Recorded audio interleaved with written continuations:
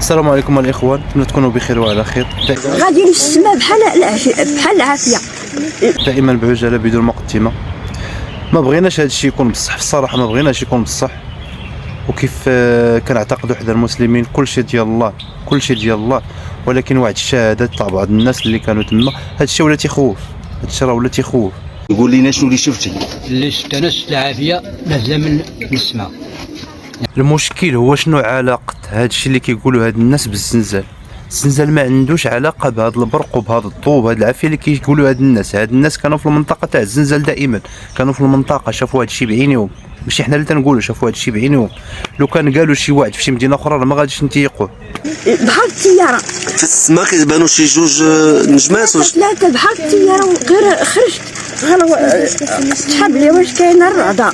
هاد الناس كانوا تم في المنطقه تاع الزلزال بالضبط، ماشي انا اللي تنقول ولا شي واحد اخر. هاد الناس كانوا تما.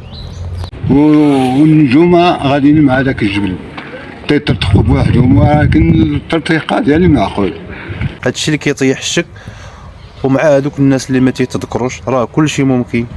تيقول تنزل الارض، ينزل الارض عاد تسبح مع الارض.